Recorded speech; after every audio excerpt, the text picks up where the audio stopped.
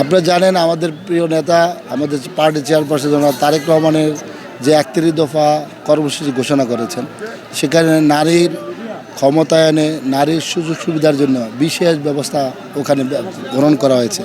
সুতরাং নারী উন্নয়নের জন্য যত রকমের ব্যবস্থাপনা আছে, আধুনিক নারী উন্নয়নের জন্য সেই ব্যবস্থাপনা অলরেডি তারেক রহমান সাহেব আমাদের ম্যানিফেস্টোতে দিয়ে রেখেছে। আমরা এখানে সবাই আন্তরিকতার সাথে সহাবস্থানে আমরা রাজনীতি করছি, ইলেকশনে প্রচারণা চালিয়ে যাচ্ছি। আমরা জনগণের কাছে ছেড়ে দিয়েছি জনগণের চয়েস যে প্রার্থীরা।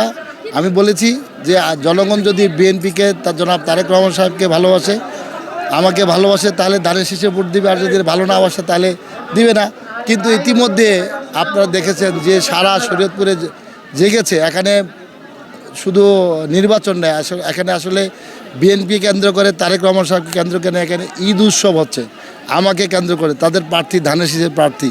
আর এখানে আসলে আপনারা দেখছেন বাংলাদেশের রাজনীতির ইতিহাসে একটা নতুন মেরুকরণ।